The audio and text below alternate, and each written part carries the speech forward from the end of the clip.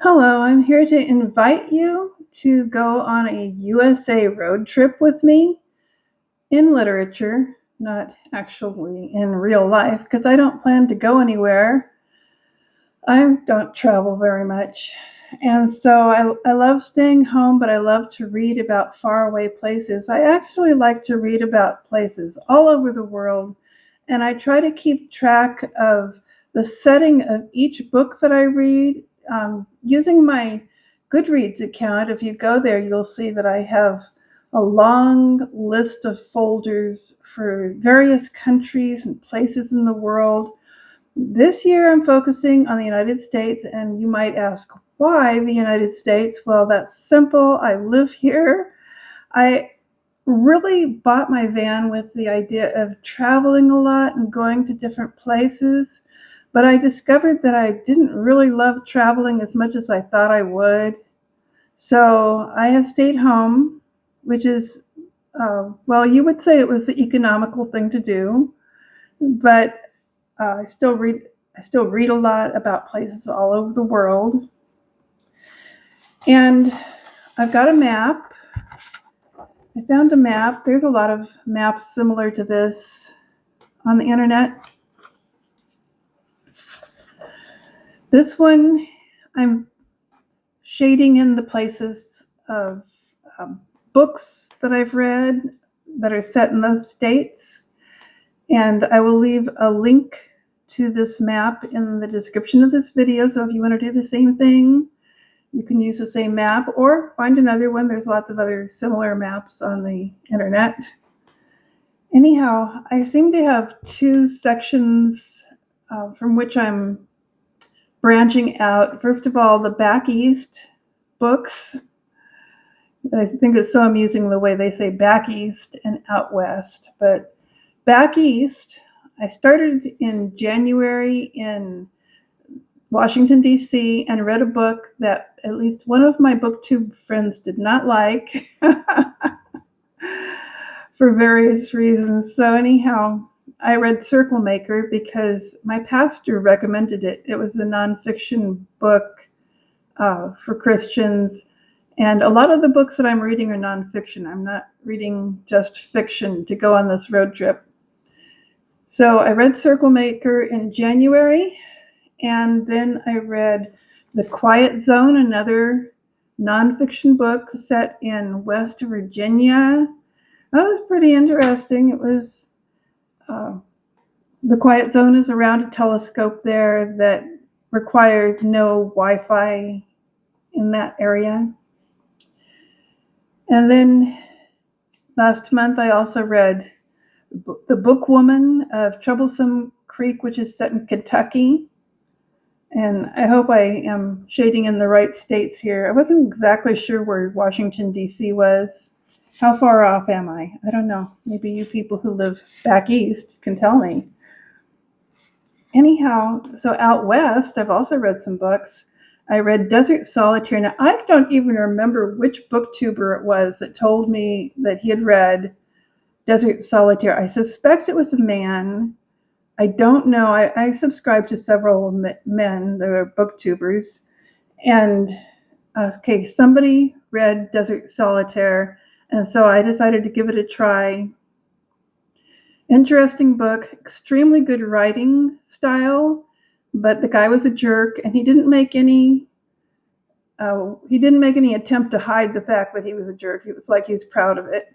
So it was really hard for me to give it a high rating, even though the writing itself was a fantastic style.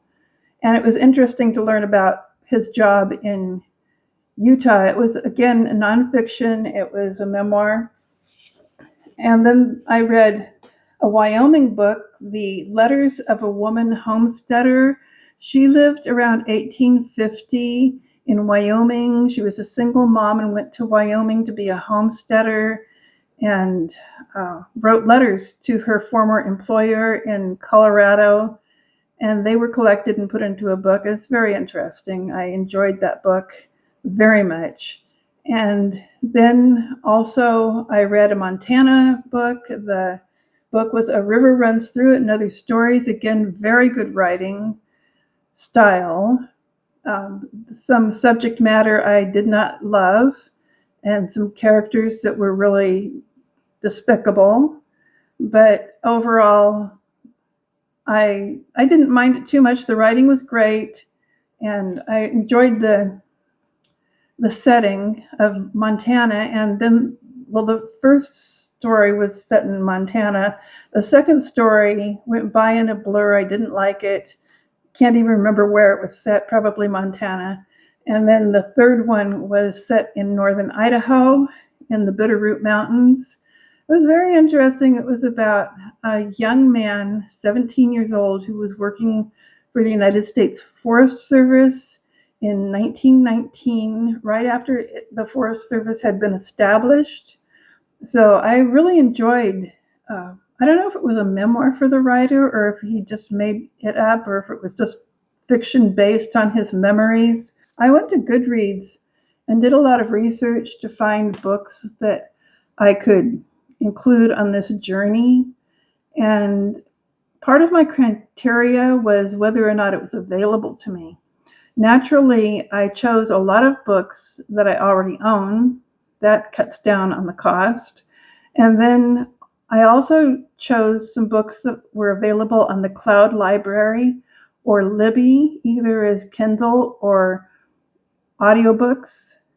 And then my last choice would be to buy an audiobook from Audible or in some way buy a physical book like I did with Beautiful on the Mountain, which is not, it's not available. I don't think it's available in Kindle or audiobook. This is kind of an older book, and I really wanted to read it for my Virginia book, so I bought it.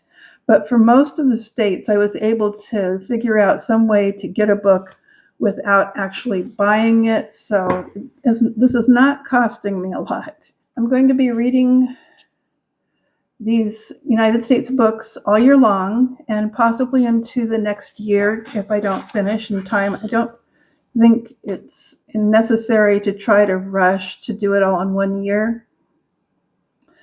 I have actually read a lot of books from the States prior to this, but I started as of January 1st and am only including those books. So even if I have read 10 books about California, I'm going to read another book about California for this project. And so I just wanted to invite you all to do it with me if you are at all interested in geography of the books that you read. I mean, I love to know where books are set. And so if you go to my Goodreads account, you'll see that I have locations for all the books, if they have a location. And so almost any country or state that I've read a book from will be listed there.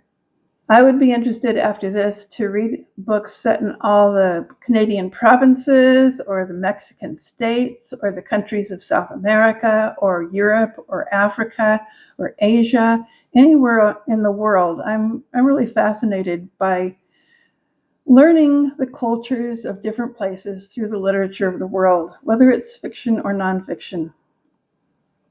So that's it.